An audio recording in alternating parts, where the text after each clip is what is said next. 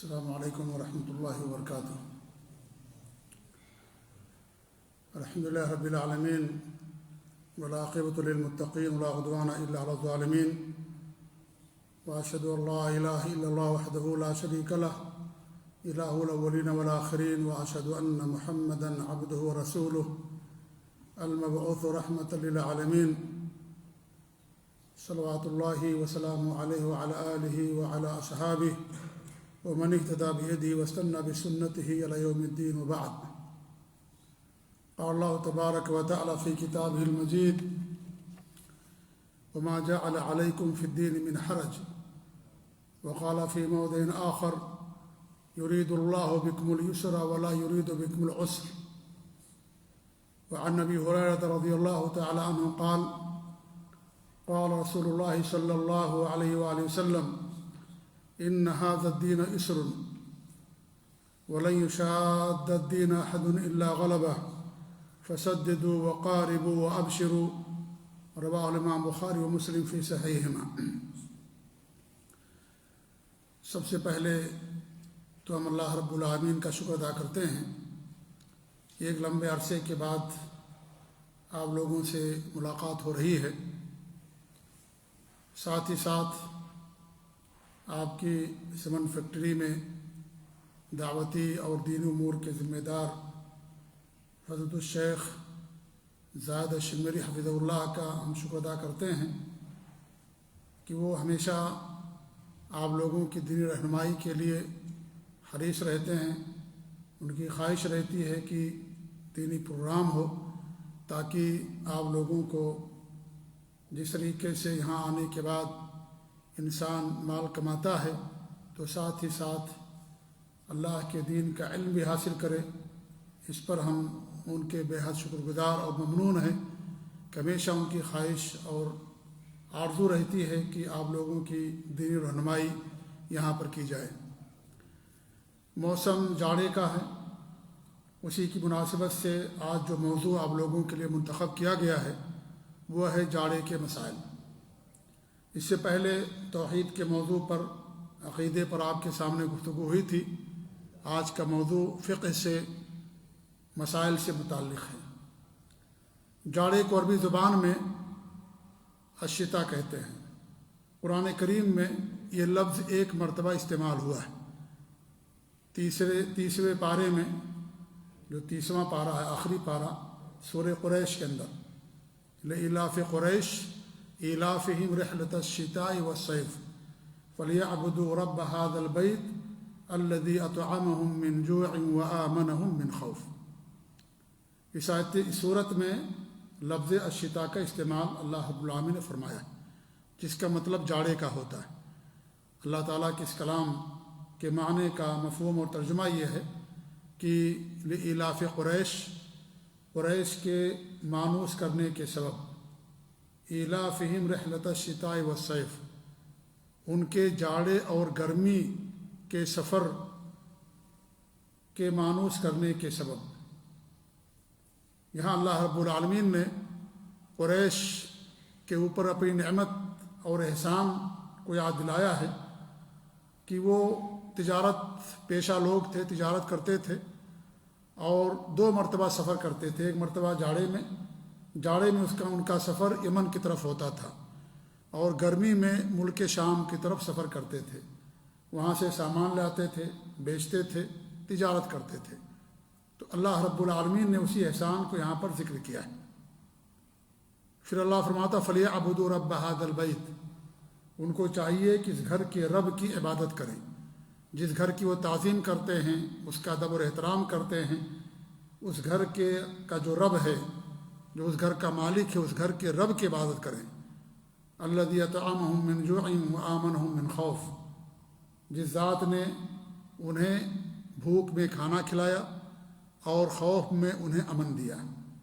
کیونکہ یہ خانہ کعبہ کے متولی تھے، اس لیے جہاں بھی جاتے تھے لوگ ان کا ادب اور احترام کرتے تھے، اور ان کے سفر کو یا قافلے کو کوئی نہیں لوٹتا تھا، صرف اس وجہ سے کہ مکہ کے لوگ تھے اور مکے کے اندر خانہ کعبہ ہے اور اس کی ذمہ داری ان لوگوں کے اوپر ہے۔ اس لیے جب بھی یہ سفر کرتے تھے تو ان کا قافلہ جہاں سے بھی گزرتا تھا لوگ اس کی تعظیم کرتے تھے اور ان کو چھیڑتے نہیں تھے، لوٹتے نہیں تھے۔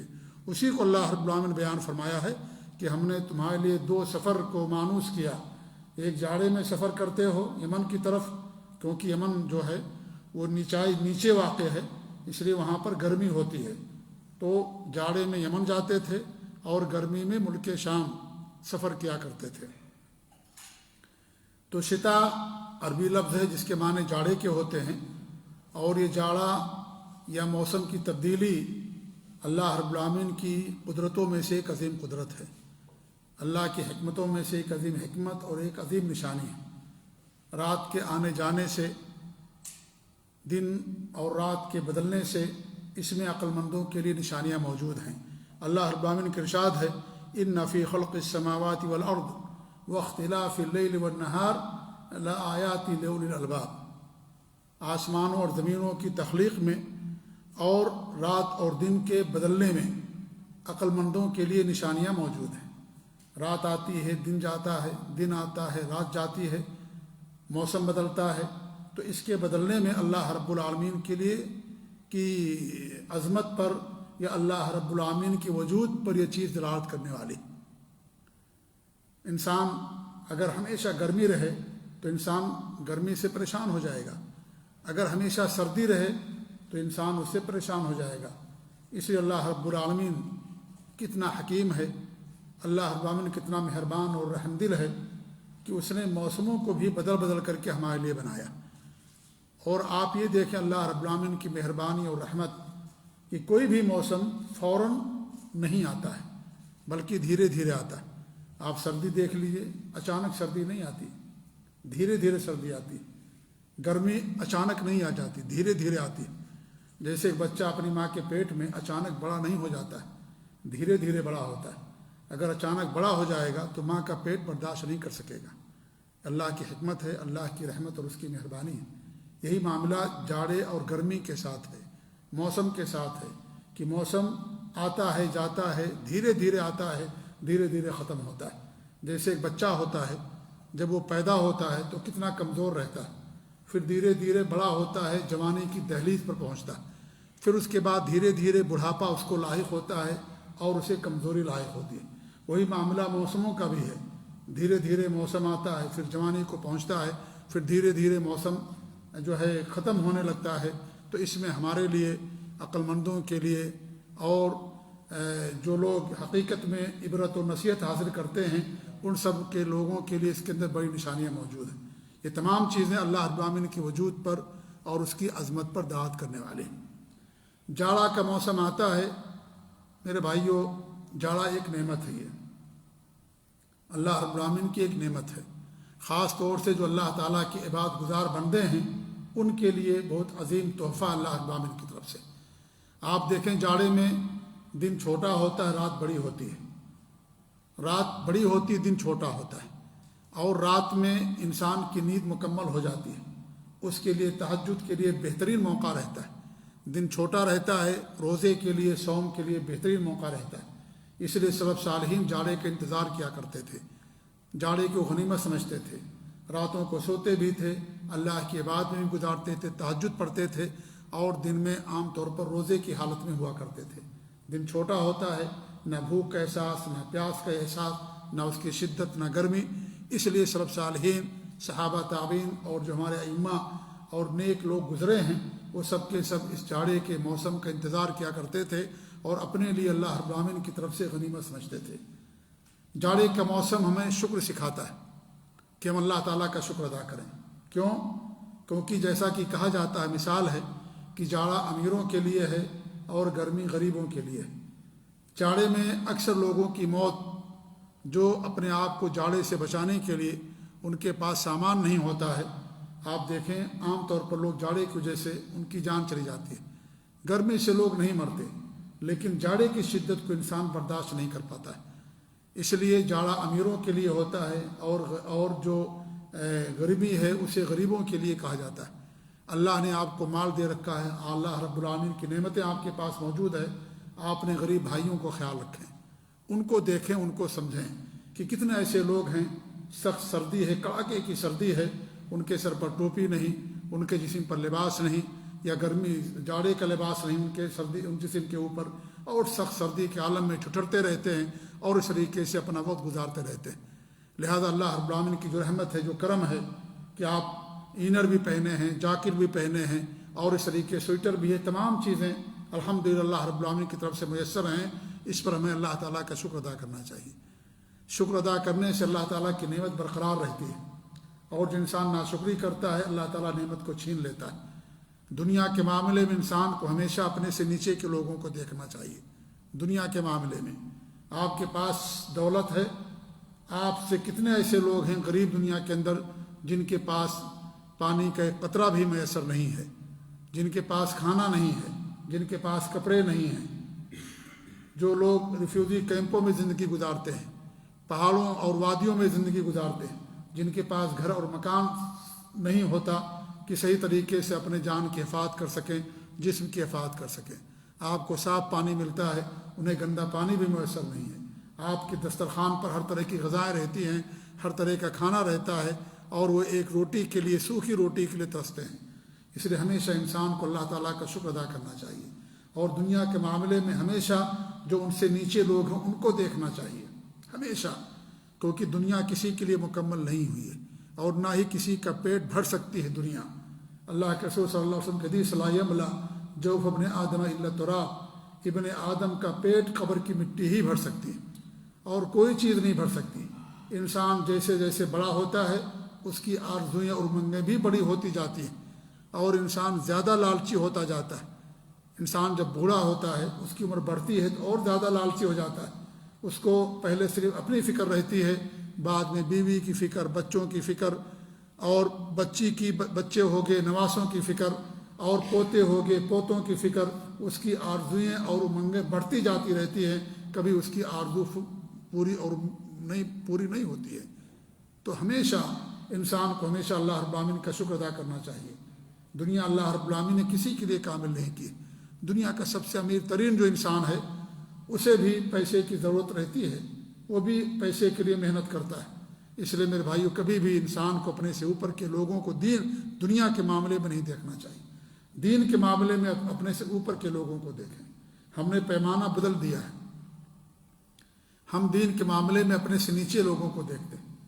جو نماز نہیں پڑھتا اس کو دیکھتے ہیں، اور کہتے چلو بھائی ہم تو 2-3 وقت ہی کی نماز پڑھ لیتے ہیں۔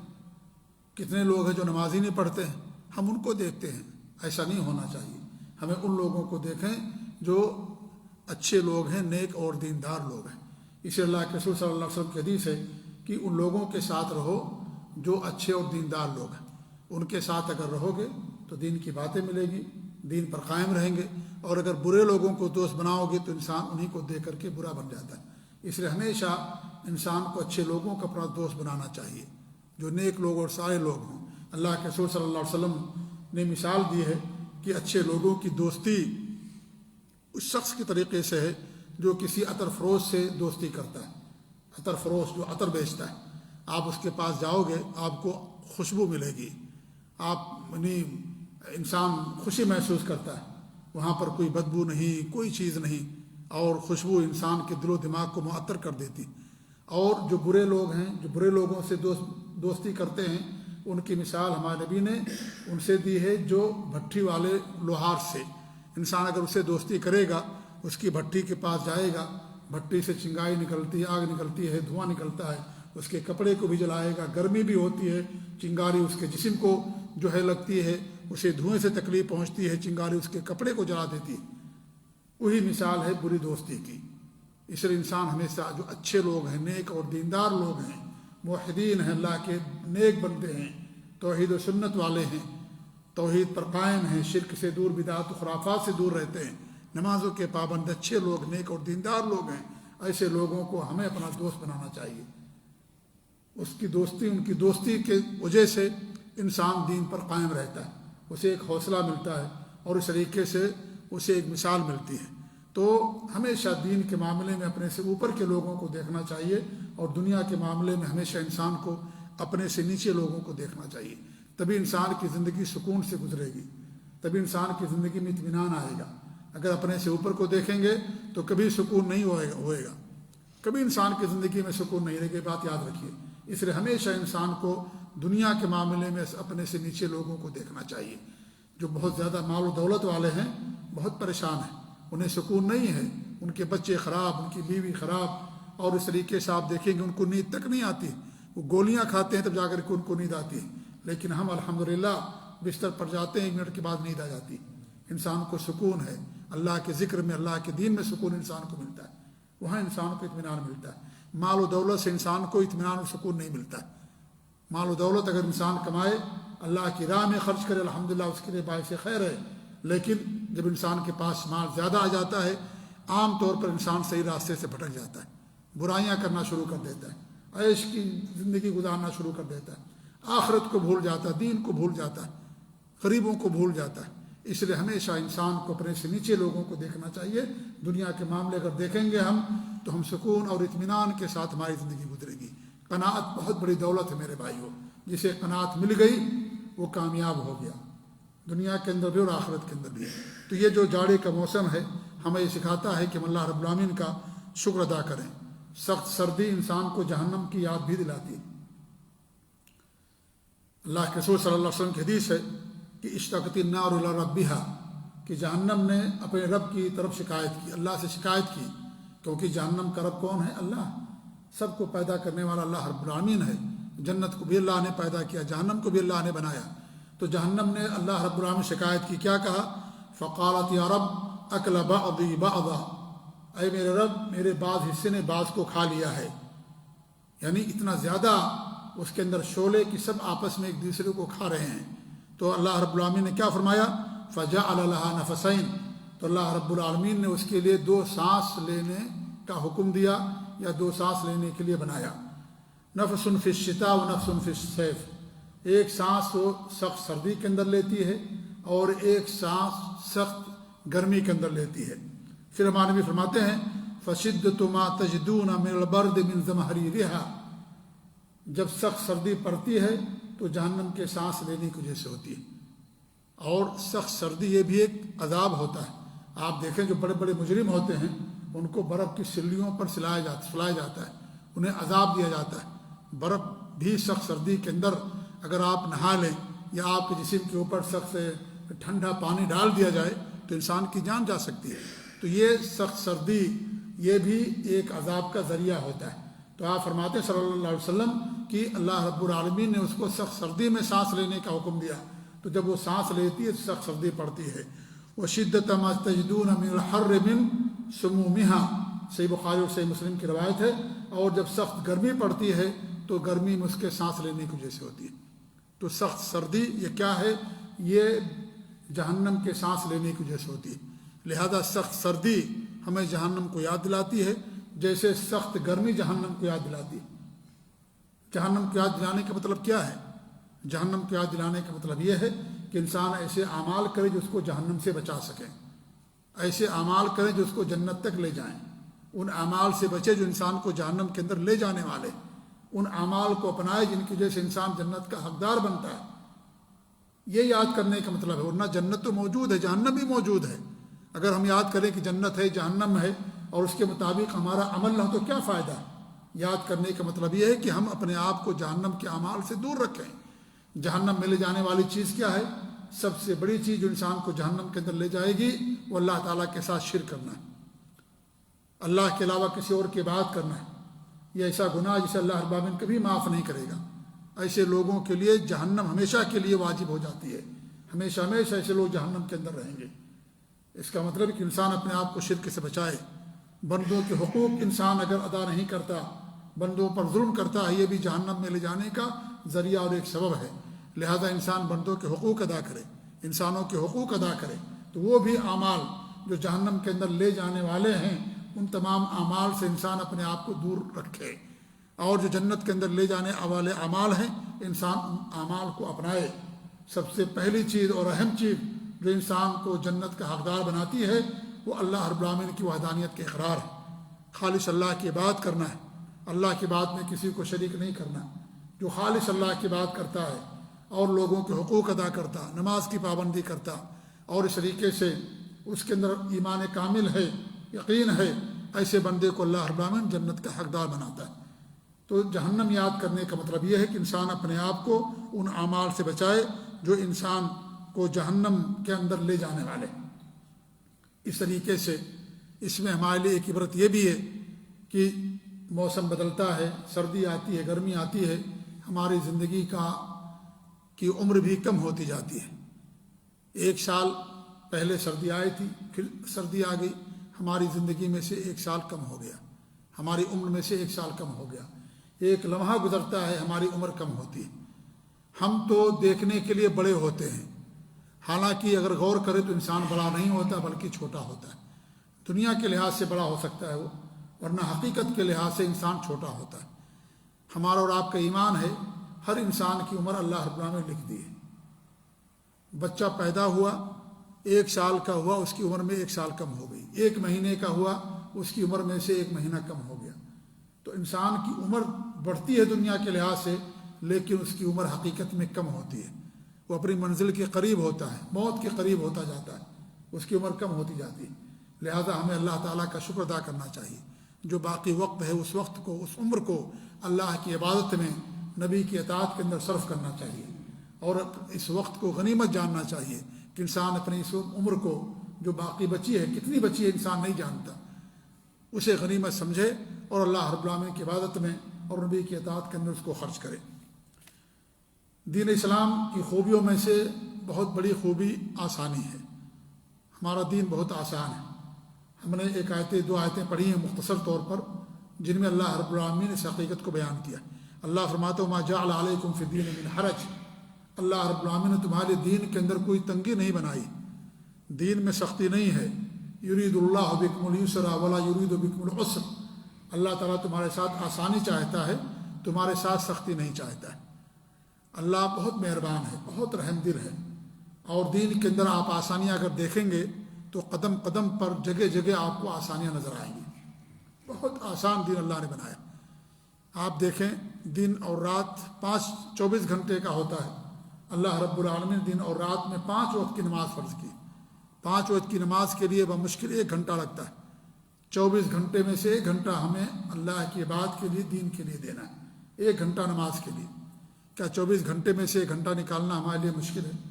ہم تو ڈیوٹی 14 گھنٹہ 15 گھنٹہ کرتے ہیں، ہمیں ڈیوٹی کرتے ہوئے مشکل نہیں لگتی، لیکن اللہ کی عبادت کے لیے، نماز کے لیے 1 گھنٹہ نکالنا ہمارے لیے مشکل ہو جاتا ہے۔ یہ کیوں؟ اس لیے کہ ہمارے اندر ایمان کی کمی، ایمان کی کمی کی بنا پر یہ چیز ہمارے ساتھ ہوتی ہے۔ ہم دنیا دار ہو گئے ہیں، دنیا ہمارے دماغ کے اندر، عقل کے اندر سما گئی ہے، آخرت کو ہم بھول چکے ہیں، ہمارا ایمان کمزور ہو گیا، اس لیے ہم اسے مشکل سمجھتے ہیں۔ ورنہ بہت آسان ہے 1 گھنٹہ، 24 گھنٹے، وہ بھی سارے گھنٹے اللہ کے بنائے ہوئے ہیں، اللہ کی دی ہوئی نعمت ہے، اللہ کی دی ہوئی چیز ہے، اور اسی کو دی ہوئی چیز کو اللہ کے لیے اگر ہم استعمال نہ کریں، ہمارے لیے کتنی بڑی حماقت اور کتنی ہماری بدنصیبی والی بات ہے۔ آپ دیکھیں سال میں 1 مرتبہ اللہ رب العالمین نے روزہ فرض کیا، رمضان میں۔ 12 مہینے کا سال ہوتا ہے رمضان میں، اور رمضان میں دن میں صبح صادق سے لے کر کے سورج کے غروب ہونے تک کچھ گھنٹے آپ کو کھانے پینے سے دور رہنا ہے۔ وہ چیزیں جو آپ کے لیے حلال ہوتی تھی دنوں میں، ان چیزوں کو اللہ نے حرام کر دیا۔ روزہ حرام چیزوں کے چھوڑنے کا نام نہیں ہے، روزہ ان چیزوں کے چھوڑنے کا نام ہے جو آپ کے لیے حلال تھی، وقتی طور پر اللہ رب العالمین نے آپ پر حرام کر دی۔ کھانا پینا آپ کے لیے حلال تھا لیکن دن میں نہیں کھا سکتے، بیوی کے پاس جانا حلال تھا لیکن اب نہیں حلال ہے، اللہ نے آزمائش کے لیے آپ پر حرام کر دیا۔ تو اس سے دوری اختیار کرنا۔ کب تک؟ سورج کے ڈوبنے تک۔ کتنے گھنٹے کا دن ہے؟ 14 گھنٹہ، 12 گھنٹہ، 16 گھنٹہ، اور وہ بھی بدلتا رہتا ہے الحمدللہ۔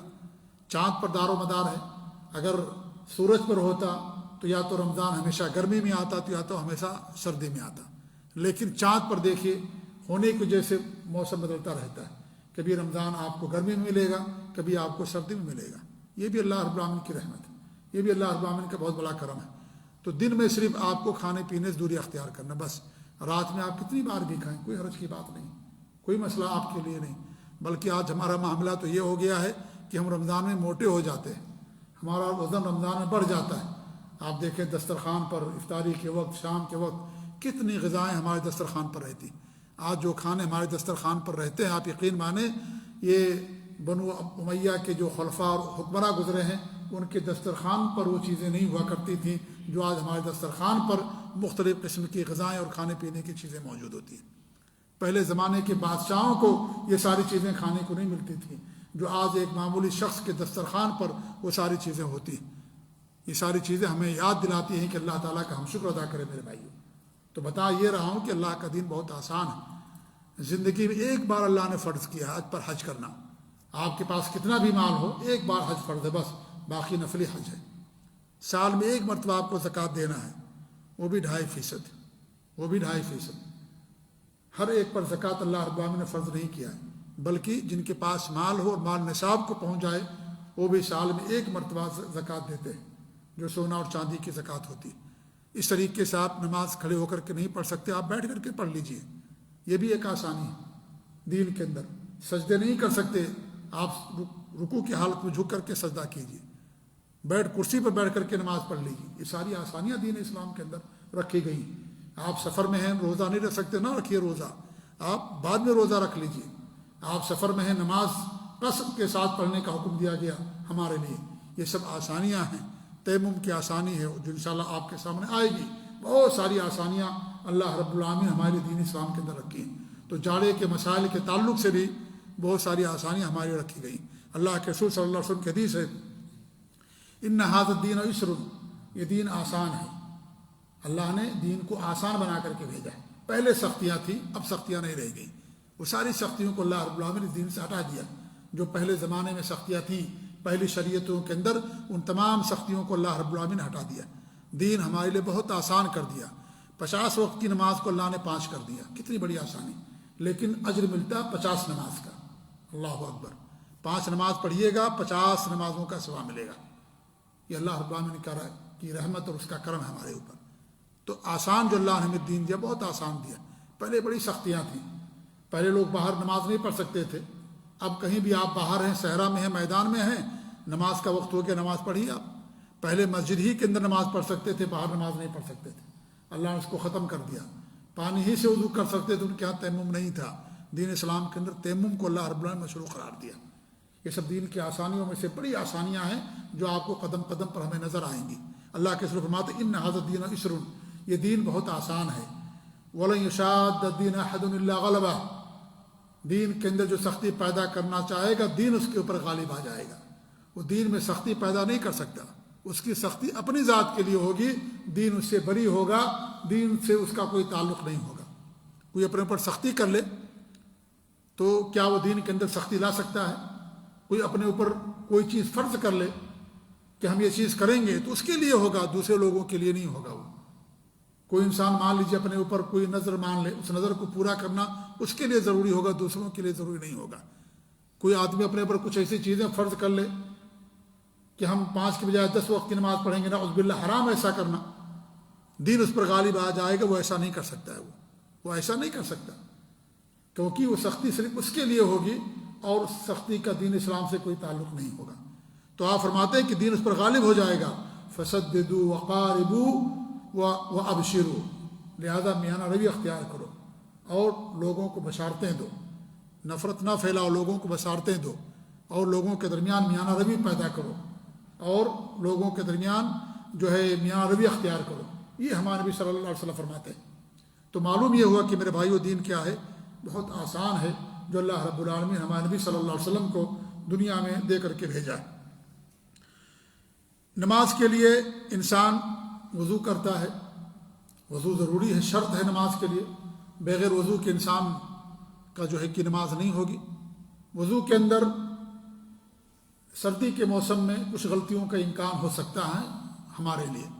ایک غلطی یہ ہو سکتی ہے کہ انسان، سردی کا موسم ہے تو کبھی کبھی کیا ہوتا ہے، جو آسین ہوتی ہے اس کو چڑھانے میں انسان کیا کرتا ہے، سستی کرتا ہے، اور اگر پورا نہیں چڑھایا اور یہ کوہنی تک اس نے اپنے اگر نہیں وضو کیا، نہیں دھلا، اس آدمی کا وضو نہیں ہوگا۔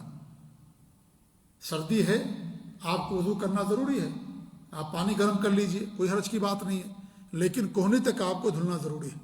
کبھی کبھی انسان سویٹر پہنے ہوتا ہے، انر رہتا ہے اور پورا اوپر تک نہیں چڑھا پاتا ہے، تھوڑا چڑھایا اور کوہنی تک نہیں چڑھایا اور کوہنی اس کی سوکھی رہے گی، پانی یہاں نہیں پہنچا تو اس آدمی کا وضو نہیں ہوگا۔ اللہ کے رسول صلی اللہ علیہ وسلم کی حدیث ہے ویل للعقاب من النار، ان ایڑیوں کے لیے ویل ہے جہنم کی جن ایڑیوں کو پانی نہیں پہنچتا، جو ایڑیاں خشک رہ جاتی ہیں، پانی نہیں پہنچتا۔ وضو کے اندر یہاں تک دھلنا آپ کے لیے ضروری ہے۔ اس لیے انسان جب وضو کرے، سردی میں عام طور پر یہ مسئلہ ہو سکتا ہے کہ انسان سردی کی وجہ سے سخت سردی ہے اور آستین نہیں چڑھا پاتا ہے پورا، اور ایسی وضو جلدی بازی میں کر کے چلا جاتا ہے، تو اس طریقے سے یہ کرنا اس کے لیے بالکل صحیح نہیں ہے، کیونکہ جب تک پوری کوہنی تک انسان وضو نہیں کرے گا اس وقت تک اس کا وضو نہیں ہوگا۔ اور نماز کی صحت کا دار و مدار آپ کے وضو پر ہے، اگر آپ کا وضو نہیں ہوگا تو آپ کی نماز بھی نہیں ہوگی، آپ کی نماز بھی نہیں ہوگی، صلاۃ بھی آپ کی نہیں ہوگی اگر آپ کا وضو نہیں ہوگا۔ دوسری چیز یہ ہے کہ ہو سکتا ہے سخت سردی کی وجہ سے کچھ لوگ اپنا منہ بند کر لیتے ہیں نماز پڑھتے ہوں، تو اس سے بھی شریعت کے اندر منع فرمایا گیا ہے کہ انسان اپنا منہ بند کر کے نماز پڑھے، شریعت کے اندر اس سے منع کیا گیا ہے، منہ بند کر کے نماز پڑھنا، کہ انسان اپنے سارے چہرے کو ڈھانک لے کپڑے سے پورا باندھ کر کے اس طریقے سے نماز پڑھے، یہ شریعت کے اندر منع ہے۔ یہ اللہ کے رسول صلی اللہ علیہ وسلم اس سے منع فرمایا۔ اگر کوئی مجبوری ہے تو انسان اپنے چہرے کو ڈھانک سکتا ہے، جیسے آج مان لیجئے ہم ماسک لگاتے ہیں، مجبوری ہے کرونا کی وجہ سے، اور ہماری اس کے اندر حفاظت ہے، کرونا سے بچاؤ کے لیے چیز رکھی گئی ہے، اللہ تعالیٰ حفاظت کرنے والا ہے، لیکن اللہ رب العالمین نے سبب بھی بنایا۔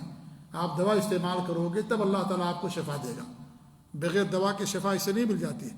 آپ شادی کرو گے تب اللہ تعالیٰ آپ کو اولاد دے گا، آپ شادی نہ کرو، پہاڑوں سے اللہ تعالیٰ اولاد نہیں پیدا کرے گا، بغیر شادی کی اولاد نہیں پیدا ہو سکتی کہ زمین سے اولاد آئے گی، آسمان سے اولاد اترے گی، نہیں، اللہ نے دنیا کو سبب سے جوڑ دیا۔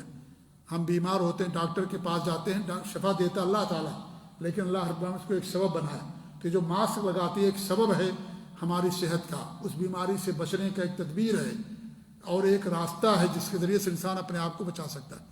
تو اگر ایسی کوئی مجبوری ہے تو انسان اس کو لگا سکتا ہے۔ انسان کو جمائی آتی ہے نماز کے اندر، اپنے ہاتھ رکھ کر کے بند کر سکتا ہے، کوئی حرج کی بات نہیں اس کے لیے، کیونکہ اس کے پاس ایک سبب، ایک عذر ہے۔ اس طریقے سے آپ دیکھیے عورتیں ہوتی ہیں، عورت اگر گھر میں نماز پڑھتی ہے تو چہرہ کھول کر کے نماز پڑھے گی، لیکن اگر وہ باہر نماز پڑھتی ہے مسجد میں جا کر کے تو اس کو چہرے کا ڈھانکنا ضروری ہے۔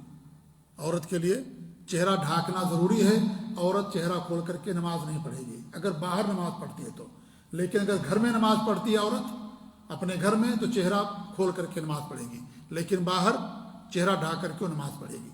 تو سردی میں ہو سکتا ہے بہت سارے لوگ گاؤں دیہات کے اندر لوگوں کو پتہ نہیں، بہت زیادہ سردی ہے، پورا چہرہ اورا بند کر لیتے ہیں رومال سے یا ٹوپی یا مفلر سے، اور اس طریقے جا کر کے صرف آنکھ ان کو نظر آتی ہے سردی کی وجہ سے، جا کر کے اسی کے اندر نماز پڑھ لیتے ہیں۔ یہ نہیں صحیح ہے، آپ کے لیے چہرے کا کھولنا ضروری ہے، الا یہ کہ آپ کے پاس کوئی بہت بڑی مجبوری ہے، جیسے یہ مجبوری کرونا کی وجہ سے ماسک لگا لینا، اگر اس طرح کی کوئی مجبوری ہے تو مجبوریوں کو اللہ رب العالمین جاننے والا ہے، تو یہ بھی انسان کو دھیان دینا چاہیے۔ کچھ لوگ گرم پانی کے استعمال کرنے میں حرج محسوس کرتے ہیں، کوئی حرج کی بات نہیں، آپ کے پاس اگر گرم پانی ہے الحمدللہ اس کو استعمال کیجیے۔ کچھ لوگ کہتے ہیں گرم پانی استعمال کرنا سے وضو کے اجر میں کمی آ جائے گی، کوئی کمی نہیں آئے گی، آپ کا مکمل وضو ہوگا، پانی ٹھنڈا یا گرم ہو، اس لیے پانی گرم استعمال کرنے میں کوئی حرج کی بات نہیں ہے۔ اس طریقے سے کچھ لوگ وضو کرنے کے بعد تولیہ وغیرہ نہیں استعمال کرتے پوچھنے کے لیے، ٹیشو ہوتا ہے، ٹیشو استعمال نہیں کرتے ہیں۔ بھائی آپ سردیوں گرمی آپ کبھی بھی استعمال کرنا چاہیں اس کو استعمال کر سکتے ہیں، خاص طور سردی میں، کیونکہ پانی اگر پوچھ لیں گے تو آپ کو سردی کم لگے گی اور آپ کا وضو بھی ہو جائے گا، کوئی حرج کی بات نہیں۔ آپ نے وضو کر لیا، پانی پوچھ لیا، ہو گیا آپ کا وضو مکمل۔ وضو کرنے کے بعد ٹیشو کا استعمال کرنا یا تولیہ وغیرہ کا استعمال کرنا کوئی حرج کی بات نہیں، لیکن کچھ لوگ دینداری سمجھتے ہیں کہ ہم پانی استعمال کیے تو اس کو نہیں پوچھیں گے ورنہ اجر کے اندر کمی ہو جائے گی، ایسی کوئی بات نہیں۔ یہ سب دین کے اندر تعنت ہے، دین کے اندر تشدد ہے، یہ دین اس سے بری ہے، دین میں اس طرح کا کسی چیز کا حکم جو ہے نہیں دیا گیا ہے کہ انسان اس کو نہ پوچھے۔ ایسی بہت ساری مسجدوں کے اندر وضو خانے کے بعد جو ہے مشین لگی ہوتی ہے اور آپ اس کو بٹن دبائیں گے تو گرم ہوا آتی ہے، وہ کیا کرتا ہے آپ کے ہاتھ کو سکھا دیتا ہے پانی کو، اس کو بھی آپ استعمال کر سکتے ہیں۔ دین آسان اللہ رب نے بنایا ہے، اس میں کوئی حرج کی بات نہیں ہے، آپ اس کو استعمال کر سکتے ہیں، اس سے انسان کی سردی جو ہے جلدی ختم ہو جاتی ہے۔ ایسے ہی دین کی آسانیوں میں سے ایک بڑی آسانی سردی سے متعلق یہ ہے موزوں پر مسح کرنا۔ موزوں پر مسح کرنا، موزوں پر مسح کرنا یہ ہمارا شعار ہے، اہل سنت والجماعت کی پہچان ہے۔ اور جو موزوں پر مسح کرنے کا انکار کرے کہ موزوں پر مسح نہیں، وہ اہل بدعت میں سے ہے۔ امام ابن دقیق العید رحمۃ اللہ علیہ فرماتے ہیں اپنی کتاب کے اندر، قد اشتہر جواز المسح علی الخفین عند علماء الشریعہ حتی عد شعارا لأہل السنہ وعد انکارہ شعارا لأہل البدع۔ وہ فرماتے ہیں کہ موضوع پر مسح کرنا یہ شریعت کے اندر جائز ہے، یہ جو شریعت کے علماء ہیں ان کے ہاں اہل سنت کا ایک شعار ہے، یہ ایک پہچان بن گئی ہے ہماری کہ جو اہل سنت والجماعت کے لوگ ہیں وہ لوگ موضوعوں پر مسح کرتے ہیں، اور جو اہل بدعت ہیں وہ موضوعوں پر مسح کا انکار کرتے ہیں۔ آپ لوگوں نے دیکھا جو روافض ہوتے شیعہ، وہ موضوعوں پر مسح نہیں کرتے بلکہ وہ اپنے پاؤں پر مسح کرتے ہیں، پاؤں کو دھلنے کے بجائے پاؤں پر لوگ مسح کرتے، دیکھا ہوگا آپ لوگوں نے، یہ ان کے اہل بدعت کی پہچان ہے۔ اس لیے ایک بڑے امام گزرے ہیں، امام فقیہ عالم امام ابو جعفر الطحاوی رحمۃ اللہ علیہ، جن کی کتاب عقیدے پر العقیدہ الطحاویہ، اس عقیدے کی کتاب کے اندر انہوں نے المسح الخفین کے مسئلے کو بیان کیا ہے، عقیدے میں بیان کیا ہے، کیونکہ ہمارے درمیان اور جو اہل بدعت ہیں روافض ہیں ان کے درمیان پہچان ہے یہ کیا فرق ہے، وہ لوگ موضوعوں پر مسح نہیں کرتے، ہم لوگ موضوعوں پر مسح کرتے ہیں۔ اس لیے اس امام نے، امام طحاوی رحمۃ اللہ علیہ نے العقیدہ طحاویہ کے اندر عقیدے کی کتاب میں اس مسئلے کو بیان کیا کہ وہ لوگ یعنی پہچان بن گئی ہے، جیسے بہت ساری چیزیں ہماری پہچان عقیدے کی، ایسے ہی یہ مسئلہ بھی ہمارے لیے پہچان کا بن گیا کہ موضوع پر مسح کرنا یہ کیا ہے، یہ سنت متواترہ ہے، بہت سارے صحابہ کرام سے ثابت ہے، انہوں نے حدیثیں بیان کی ہیں، متواتر حدیثیں ہیں موضوع پر مسح کرنے کے تعلق سے کہ اللہ کے رسول صلی اللہ علیہ وسلم نے موضوع پر مسح کیا۔ یہاں ایک مسئلہ یہ ہے کہ کچھ لوگ جو جورب ہوتا ہے، کپڑے کے جو موزے ہوتے ہیں، اس پر مسح کرنے کو جائز نہیں سمجھتے، حالانکہ میرے بھائیو ایسی بات نہیں ہے۔ موزہ کسی بھی چیز کا ہو، چاہے وہ چمڑے کا ہو، چاہے وہ اون کا ہو، چاہے وہ کپڑے کا ہو، چاہے نائلن کا ہو، سوت کا ہو، کسی کا بھی ہو جسے موزہ کہا جاتا ہے، اس پر مسح کرنا آپ کے لیے جائز ہے اور ہمارے نبی کی متواتر سنت ہے۔ اللہ کے رسول صلی اللہ علیہ وسلم سے خود ثابت ہے کہ آپ نے چمڑے کے ساتھ ساتھ کپڑے کے موضوع پر بھی مسح کیا، اور ایسے ہی صحابہ کرام سے بڑے بڑے صحابہ کرام، علی رضی اللہ تعالیٰ عنہ، عبداللہ بن مسعود رضی اللہ تعالیٰ عنہ، انس بن مالک رضی اللہ تعالیٰ عنہ، اس طریقے سے اور بڑے بڑے صحابہ کرام سے باقاعدہ ثابت ہے کہ وہ چمڑے کے موضوع کے ساتھ ساتھ کپڑے کے موضوع پر بھی مسح کیا کرتے تھے۔ اللہ کے رسول صلی اللہ علیہ وسلم کے زمانے میں چمڑے کے موزے تھے، آپ نے چمڑے کے موزے کو استعمال کیا، اب آخری دور میں آپ کے کپڑے کے موزے بننے لگے، آپ نے اس کو بھی استعمال کیا۔ صحابہ کے زمانے میں تو کثرت سے اس کا استعمال ہونے لگا، چمڑے کے موزے کے علاوہ کپڑوں کا موزہ استعمال کیا جانے لگا، وہ اس پر مسح کرتے تھے کیونکہ مقصد آسانی ہے، لہذا انسان کپڑے کے موزوں کے اوپر بھی مسح کرے گا۔ ایسے آپ تابعین سے دیکھیے، ابراہیم النخعی ہیں، امام مسروق ہیں، بڑے بڑے تابعین، حسن بصری رحمۃ اللہ علیہ، بڑے بڑے تابعین جو گزرے ہیں، ان کے اقوال آپ کو ملیں گے کہ باقاعدہ کپڑوں کے موضوع پر مسح کیا کرتے تھے، لہذا کپڑے کے موضوع پر بھی مسح کرنا ہمارے لیے جائز ہے۔ شیخ ابن عثیمین رحمۃ اللہ علیہ یہاں کے بڑے عالم گزرے ہیں، ان سے سوال کیا گیا، شیخ ابن باز رحمۃ اللہ علیہ اور جو علماء موجود ہیں یا جن کی وفات ہو گئی ہے، امام البانی رحمۃ اللہ علیہ، بڑے بڑے ائمہ جو گزرے ہیں، ان سے باقاعدہ سوال کیا گیا کہ کیا کپڑے کے موضوع پر مسح کرنا جائز ہے؟ انہوں نے کہا بالکل جائز، کیونکہ حکمت کیا ہے؟ آسانی، لہذا آسانی اس کے اندر بھی ایک انسان کپڑے کے موضوع میں مسح کرے، لہذا اس پر بھی مسح کرنے میں کوئی حرج کی بات نہیں، اور یہ دین اسلام کی آسانیوں میں سے ایک بڑی آسانی ہے۔ لیکن ہر موضع پر مسح کرنا جائز نہیں ہے، اس کے لیے کچھ شرطیں ہیں۔ ان میں کیا شرط ہے؟ پہلی شرط یہ ہے کہ دونوں کو انسان نے پاکی کی حالت میں پہن رکھا ہو، وضو کرنے کے بعد پہنا ہو۔ اگر ناپاکی وضو نہیں ہے انسان کا اور اس نے موزہ پہن لیا تو ایسے موزے پر انسان مسح نہیں کر سکتا۔ کس موزے پر کر سکتا ہے؟ جن موضوعوں کو اس نے وضو کے بعد پہنا ہو، جن موضوعوں کو اس نے وضو کے بعد پہنا اس پر مسح کر سکتا ہے۔ مغیرہ بن شعبہ رضی اللہ عنہ فرماتے ہیں کہ میں اللہ کے رسول صلی اللہ علیہ وسلم کے ساتھ تھا اور آپ نے وضو کیا تو میں جھکا کہ آپ کے موزوں کو نکال دوں. تمہارے نبی نے کیا فرمایا؟ دعہما فإنی ادخلتہما طاہرتین، بخاری مسلم کی روایت. ان دونوں موزوں کو چھوڑ دو، میں نے ان دونوں کو پاکی کے بعد پہن رکھا ہے، یعنی وضو کرنے کے بعد میں نے پہنا ہے. طاہرتین وضو کرنے کے بعد. پھر آپ نے دونوں موزوں کے اوپر مسح کیا. تو اس سے معلوم ہوتا ہے کہ پہلی شرط یہ ہے کہ انسان وضو کرنے کے بعد موزہ پہنے. اگر انسان بغیر وضو کے موزہ پہن لے اور اس کا وضو ٹوٹ چکا تھا، وضو نہیں تھا جب پہنا موزہ، تو ان موزوں پر مسح نہیں کر سکتا. یہ شرط ہے جو پہلی شرط ہے. دوسری شرط یہ ہے کہ حدث اصغر، جو چھوٹا حدث ہوتا ہے، چھوٹی ناپاکی جس میں انسان کو وضو کرنا پڑتا ہے، انہی کے اندر انسان موزے پر مسح کر سکتا ہے. حدث اکبر جس میں انسان کو غسل کرنا پڑتا ہے، اس میں ظاہر بات ہے اسے غسل کرنا تو موزے پر مسح کیسے کرے گا؟ غسل کرنے کے لیے اس کو موزہ نکالنا پڑے گا نا. انسان کی عقل یعنی عام بہت یعنی عام سی بات ہے کہ انسان کو موزہ نکالنا پڑے گا غسل کرنے کے لیے. لہذا بڑی ناپاکی کے بعد انسان اس پر مسح نہیں کر سکتا. تیسری شرط کیا ہے کہ اس کا ایک وقت متعین ہے. للمسافر ثلاثۃ ایام وللمقیم یوم ولیلہ. مسافر کے لیے اللہ کے رسول کی حدیث ہے کہ 3 دن اور 3 رات، اور مقیم کے لیے 1 دن اور 1 رات. مقیم کے لیے 1 دن اور 1 رات ہے جس پر وہ مسح کر سکتا ہے. اور مسافر کے لیے، کیونکہ مسافر سفر میں ہوتا ہے اس لیے اس کو زیادہ اس کی ضرورت ہے آسانی کی، اس لیے اس کے لیے 3 دن اور 3 رات آسانی رکھی گئی. اور موزے پر مسح جب انسان پہلی بار کرے گا تب وہاں سے مدت کی شروعات ہوتی ہے. پہننے سے نہیں شروعات ہوگی، مسح کرنے سے پہلی بار جب آپ مسح کریں گے اس کے بعد سے شروعات ہوتی ہے. مثال کے طور پر آپ نے فجر کی نماز پڑھی، فجر کی نماز آپ نے پڑھی، آپ کا وضو باقی اور آپ نے موزہ پہن لیا، ٹھیک ہے. اب آپ عصر کے وقت مان لیجئے آپ کا وضو ٹوٹتا ہے، یا ظہر میں آپ کا وضو ٹوٹتا ہے. آپ نے ظہر میں وضو کیا اور ظہر میں موزے پر مسح کر لیا. اب یہاں سے آپ کا وقت شروع ہوگا. اب وہاں سے 24 گھنٹہ کس کے لیے؟ مقیم کے لیے 1 دن اور 1 رات.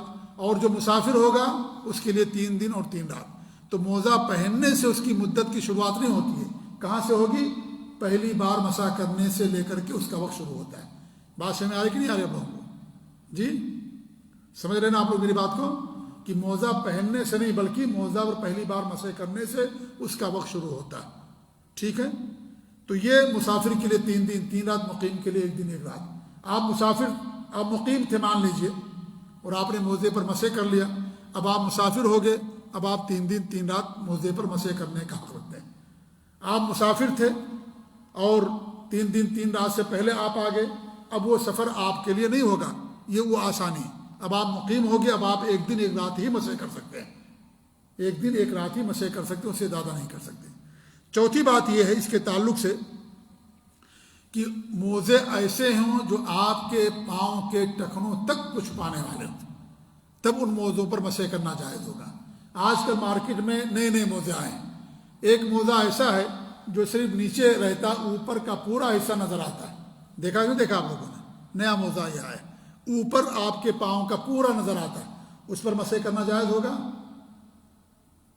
نہیں جائز ہے، بالکل جائز نہیں. کیونکہ اس کو پاؤں کو دھلنا پڑے گا. آپ کو پاؤں آپ کا نظر آ رہا ہے. اور کچھ موزے ایسے ہیں جو اوپر کے حصے کو ڈھانکتے ہیں لیکن ٹخنے سے نیچے رہتے ہیں، ان پر بھی آپ مسح نہیں کر سکتے. اس لیے کہ جب آپ وضو کرتے ہیں تو پاؤں کو کہاں تک دھلنا آپ کے لیے ضروری ہوتا ہے؟ جی ٹخنے تک. اللہ کیا فرماتا ہے؟ فَامْسَحُوا بِرُؤُوسِكُمْ وَأَرْجُلَكُمْ إِلَى الْكَعْبَيْنِ. کعبین تک، ٹخنوں تک پاؤں کو دھلو. اگر انسان کا ٹخنا نہیں دھلتا انسان وضو میں تو اس کا وضو ہوگا؟ نہیں ہوگا. ٹخنا دھلنا وضو کے اندر. اس سے معلوم ہوا کہ پاؤں میں جن حصوں کو، جگہوں کو دھلنا آپ کے لیے وضو میں ضروری ہے، ان جگہوں کو چھپانے والا موزہ ہوگا تب آپ مسح کر سکتے ہیں. اگر ٹخنے سے نیچے آپ کا موزہ ہے تو مسح جائز نہیں ہوگا. یاد رکھ لیجیے اس بات کو. خف کو خف کیوں کہتے ہیں؟ اس لیے کہا جاتا ہے الخف لأنه يخفي او يستر ما يجب غسله في الوضوء من القدمين. موزے کو عربی زبان میں خف کہتے ہیں. خف کہنے کی وجہ کیا ہے؟ خف اس لیے کہا جاتا ہے کہ خف کا مطلب یہ ہے کہ وہ آپ کے پاؤں کے ان حصے کو چھپا دیتا ہے جن کا دھلنا وضو میں آپ کے لیے ضروری ہوتا ہے. چھپا دیتا ہے، خف مانے چھپا دینا، اس لیے اس کو خف کہا گیا ہے. اس لیے نہیں خف کہا گیا کہ چمڑے کا موزہ نہیں. ہمارے یہاں لوگ غلط معنی بیان کر دیتے، کہتے ہیں چمڑے کے موزے خف کہتے نہیں، ایسا نہیں ہے. خف ہر اس کو کہا جائے گا جو آپ کے پاؤں کو ٹخنوں تک چھپا دے، اس کو خف کہا جائے گا، چاہے وہ چمڑے کا ہو، چاہے سوت کا ہو، چاہے لائنر کا ہو. اور باقاعدہ علماء نے اجماع نقل کیا صحابہ سے کہ صحابہ کرام کپڑوں کے موزوں پر مسح کیا کرتے تھے. لہٰذا کپڑوں پر موزہ مسح کرنے میں کوئی حرج کی بات نہیں ہے. اس آسانی سے ہم اور فائدہ اٹھا سکتے ہیں. اللہ کے رسول کی حدیث ہے کہ اللہ رب العالمین جس طریقے سے یہ چاہتا ہے کہ اس کی عظیمتوں پر عمل کرو، وہ یہ چاہتا ہے کہ اللہ نے رخصت دیا اور رخصت پر بھی عمل کیا جائے. تو اللہ کی طرف سے آسانی ہے، رخصت ہے، اس نظام کو اس سے فائدہ اٹھانا چاہیے. مسح کیسے کریں گے؟ مسح کرنے کا طریقہ یہ کہ پاؤں کے موزوں کے اوپر مسح کریں گے، اوپر. اب اس کا دو طریقہ ہے. آپ چاہیں دونوں موزوں پر ایک ساتھ مسح کر لیں، دونوں ہاتھوں کو بھگا لیں اور اس کے موزوں کے اوپر اس طریقے دائنے ہاتھ سے دائنے موزے کے اوپر اور بائیں ہاتھ سے بائیں موزے کے اوپر آپ مسح کر لیں ایک ہی بار میں. اور اگر چاہیں تو پہلے دائنے پاؤں پر مسح کر لیں اور موزے پر، اور پھر بائیں پاؤں کے موزے پر مسح کر لیں. جیسے وضو کرتے وقت پہلے آپ دایاں پاؤں دھلتے ہیں پھر بایاں پاؤں دھلتے ہیں، یہ بھی آپ کے لیے جائز، یہ بھی جائز ہے. لیکن یہ بات یاد رکھیے گا کہ وضو کچھ لوگ آج کل کیا کرتے ہیں کہ دائنا پاؤں دھلا موزہ پہن لیا، پھر بایاں پاؤں دھلا پھر موزہ پہن لیا. ایسے موزے مسح جائز ہوگا کہ نہیں جائز ہوگا؟ نہیں جائز ہو. کیوں؟ ہاں ماشاء اللہ ماشاء اللہ، اللہ جزائے خیر دے آپ کو. کیونکہ اس نے پورا مکمل وضو نہیں کیا. وضو کب مکمل ہوتا ہے؟ دونوں پاؤں کے دھلنے کے بعد، تب انسان پاک ہوگا. ایک پاؤں انسان نے دھل لیا، اس کا وضو مکمل یا ناقص؟ ناقص، اس کا وضو مکمل نہیں ہے. تو یہاں کچھ لوگ غلطی کرتے ہیں، دایاں پاؤں دھلا موزہ پہن لیا، پھر بایاں دھلا پھر موزہ پہن. نہیں صحیح ہے. یہ دونوں پاؤں کو دھلنے کے بعد آپ مسح کیجئے. یہ کیا نام ہے؟ موزہ پہنیے، اس کے بعد پھر آپ مسح کر سکتے ہیں. یہ مسح کا مسئلہ تھا کس میں؟ موضوع کے تعلق سے. اور میں نے بتایا کہ ہر طرح کے موضوع میں مسح کرنا ہمارے لیے اور آپ کے لیے جائز ہے، کوئی حرج کی بات نہیں ہے. اور مسح کا طریقہ بھی بتایا کہ اوپر انسان مسح کرے گا، نیچے نہیں مسح کرے، اور ایک بار کرے گا بس. اس طریقے سے انگلیوں سے لے کر کے ایسا ایک بار، ٹھیک ہے، ایک بار سے مسح کرے گا. اور یہ مسح کرنے کا طریقہ آپ کے سامنے. مدت ختم ہو جائے آپ کا مسح کرنے کا وقت بھی ختم ہو جائے گا، نہیں کر سکتے. اب آپ کو کرنا ہے تو موزہ نکالیے اور نکالنے کے بعد پھر دوبارہ وضو کیجئے، پاؤں دھلیے، پھر دوبارہ جب موزہ پہن لیں گے تو پھر دوبارہ آپ کو موزوں پر مسح کرنے کا حق حاصل ہو جائے گا. ٹائم ختم ہو گیا مدت، اس موزے پر آپ مسح نہیں کر سکتے، ٹھیک ہے. ایسے ہی آپ کو بڑی نجاست لاحق ہوگی، اس میں آپ کو موزہ نکالنا پڑے گا. جی ایک اور مسئلہ ہے، وہ ہے تیمم. اگرچہ اس کا صرف سردی سے مسئلہ متعلق نہیں ہے، لیکن سردی میں زیادہ تر اس کی ضرورت پڑتی ہے، اس لیے مسئلہ ہم آپ کے سامنے بیان کرتے ہیں. تیمم بھی اللہ تعالیٰ کی آسانیوں میں سے ایک بڑی آسانی ہے. اللہ رب العالمین نے تیمم کا ذکر باقاعدہ قرآن کریم کے اندر کیا ہے. وَإِن كُنتُم مَرْضَىٰ أَوْ عَلَىٰ سَفَرٍ أَوْ جَاءَ أَحَدٌ مِّنكُم مِّنَ الْغَائِطِ أَوْ لَامَسْتُمُ النِّسَاءَ فَلَمْ تَجِدُوا مَاءً فَتَيَمَّمُوا صَعِيدًا طَيِّبًا فَامْسَحُوا بِوُجُوهِكُمْ وَأَيْدِيكُم مِّنْهُ.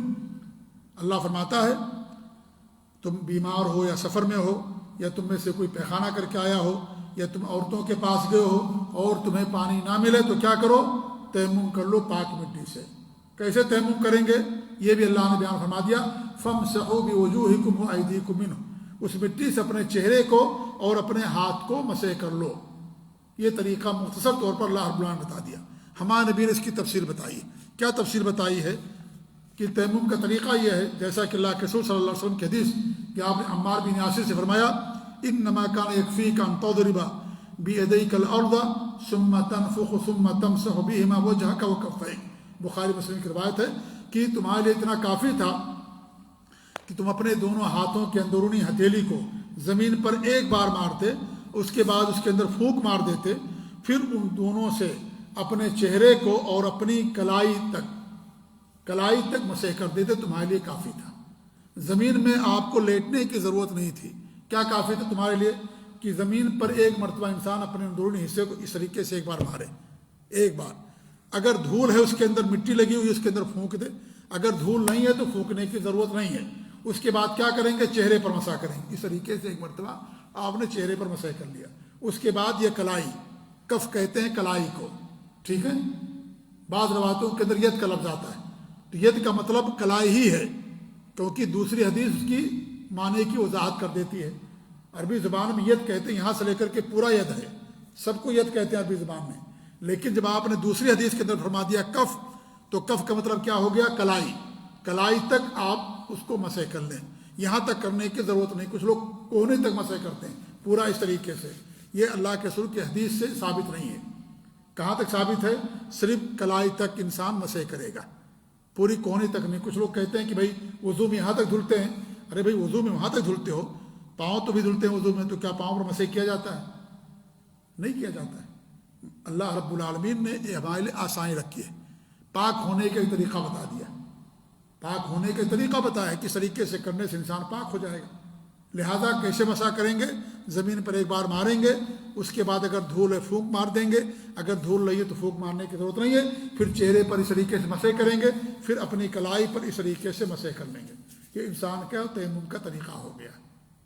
تیمم یہ غسل میں بھی انسان کر سکتا ہے، کرے گا، اور وضو جہاں کرنا پڑتا ہے وہاں پر انسان تیمم بھی کر سکتا ہے۔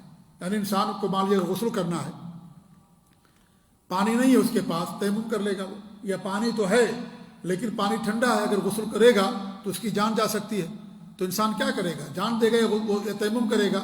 تیمم کر لے گا۔ اللہ نے کیا فرمایا؟ اولا مستم النساء، اگر تم عورتوں کے پاس گئے ہو، یعنی تمہیں غسل کرنا ہے، پانی نہ ملے تم تیمم کر لو۔ پانی کن صورتوں میں انسان کرتا ہے؟ تیمم کن صورتوں میں کرتا ہے انسان؟ پہلی صورت ہے کہ انسان کے پاس پانی نہ ہو، ٹھیک ہے۔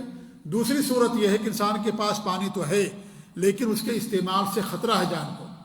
آپ سفر میں ہو، مان لیجیے صحرا میں ہو، اور پانی آپ کے پاس موجود ہے، آپ کو غسل کرنا ہے، اگر آپ پانی استعمال کرو گے تو آپ کی جان جا سکتی ہے۔ ایک جنگ ہوئی تھی غزوہ ذات السلاسل، اس میں ایک صحابی کو یا ایک شخص کو احتلام ہو گیا تھا، تو انہوں نے غسل کر لیا، ان کی جان چلی گئی۔ ہمارے نبی نے ان کو پھٹکارا، کہا کہ تم نے سوال کیوں نہیں کیا؟ انما شفاء العی السوال، اگر تمہیں کسی کا جواب نہیں معلوم ہے تو اس کا سوال کرو، سوال کرنا چاہیے تھا۔ غسل کر لیا انہوں نے، ان کی جان چلی گئی۔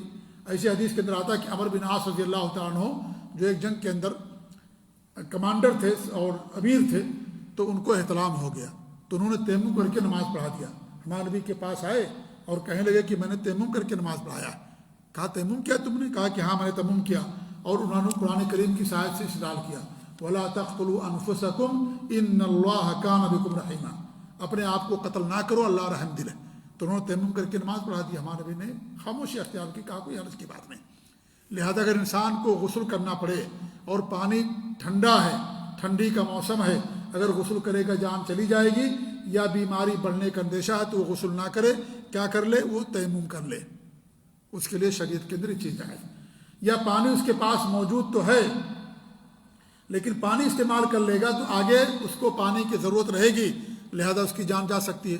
آپ صحرا میں ہیں، میدان میں ہیں، دور دور تک پانی نہیں ہے، آپ اگر پانی سے وضو کر لو گے تو کیا ہوگا؟ آپ کو بعد میں پانی نہیں ملے گا، آپ کی جان جانے کا خطرہ ہے، تو آپ پانی بچا کر کے رکھیے۔ پینے کے لیے پانی سے وضو مت کیجیے، یہ دین کی آسانیوں میں سے بہت بڑی آسانی۔ آپ پانی 2 گلاس آپ کے پاس ہے، پانی پی لیا آپ نے، ختم، یہ وضو تیمم کر وضو کر لیں گے، ختم ہو جائے گا۔ اب آپ کو آگے جانا، پانی نہیں ملے گا آپ کو، صحرا ہے، چٹیل میدان ہے، آدمی کا نام و نشان نہیں ہے، آپ کو سخت گرمی میں پیاس زیادہ لگتی ہے، اب انسان کیا کرے گا؟ پانی نہیں پیے گا، انسان کی جان جا سکتی ہے۔ لہذا شریعت نے کہا کہ وہاں پر تم وضو نہ کرو، پانی کی حفاظت کرو، تیمم کر لو، اور بعد میں پانی تمہارے کام آ جائے گا۔ تو یہ دین کی آسانیوں میں سے بہت بڑی آسانی ہے جو شریعت ہماری رکھی ہے۔ سخت سردی ہو، سخت بارش وغیرہ ہو، انسان نماز کو جمع بھی کر سکتا ہے، 2 نمازوں کو ایک ساتھ اکٹھا کر کے بھی انسان پڑھ سکتا ہے۔ اگر بہت سخت سردی ہے، برف پڑ رہی ہے، انسان باہر نہیں آ سکتا، سخت سردی ہے، تو انسان پڑھ سکتا ہے۔ اللہ کے رسول صلی اللہ علیہ وسلم نے مدینے کے اندر ظہر اثر ایک ساتھ پڑھی، مغرب عشاء ایک ساتھ پڑھا۔ ابن عباس سے لوگوں نے پوچھا تو کہا اللہ یحرج امتہ، اپنی امت کو حرج میں نہ ڈالے، اس لیے آپ نے ایسا کیا۔ لہذا جہاں حرج ہو، تنگی ہو، انسان کے لیے پریشانی کا باعث ہو، وہاں پر انسان نماز کو اکٹھا کر سکتا ہے۔ جیسے آپ سخت سردی ہو جائے مان لیجئے، یا بارش ہونے لگے کہ انسان باہر نہیں نکل سکتا ہے، تو انسان کیا کرے گا؟ وہ جمع کر کے نماز پڑھ لے 2 نمازوں کو، ٹھیک ہے، 2 نمازوں کو انسان جمع کر کے پڑھ لے۔ مسجد میں آپ آئے ہیں، ٹھیک ہے، بارش ہو رہی ہے، مغرب کی نماز پڑھا آپ نے، اب عشاء کی نماز بھی پڑھ کر کے چلے جائیے. سخت بارش ہو رہی ہے، آپ کے لیے آنا مشکل اور خطرہ ہے، یا بہت زیادہ سردی ہے کہ اگر آپ باہر آئیں گے تو آپ کے لیے تکلیف، یا برف پڑ رہی ہے باہر نہیں آ سکتے آپ، تو ایسی صورت میں اور آگے مسجد کے اندر آپ 2 نمازیں ایک ساتھ پڑھ لیجئے، چلے جائیے. ایک اذان ہوگی اور 2 اقامت کے ساتھ انسان کو جو ہے نماز پڑھے گا.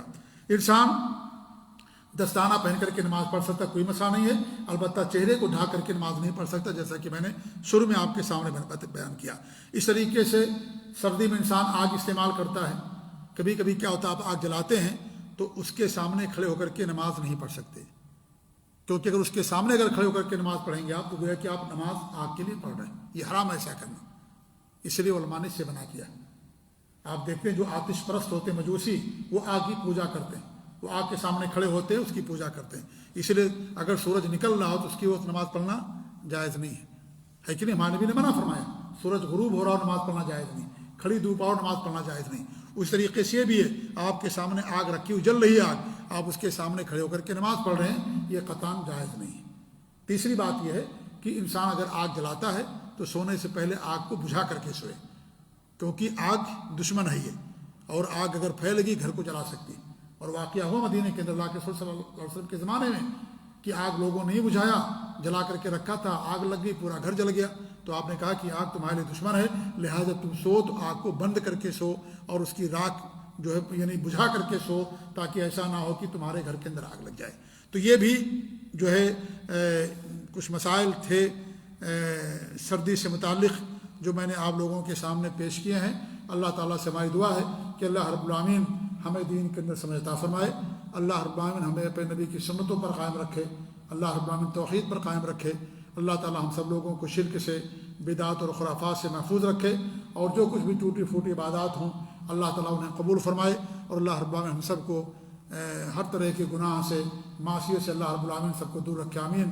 وصلی اللہ علیہ محمد وعلی آلہ وصحبہ اجمعین. جزاکم اللہ خیر. والسلام علیکم ورحمۃ اللہ وبرکاتہ.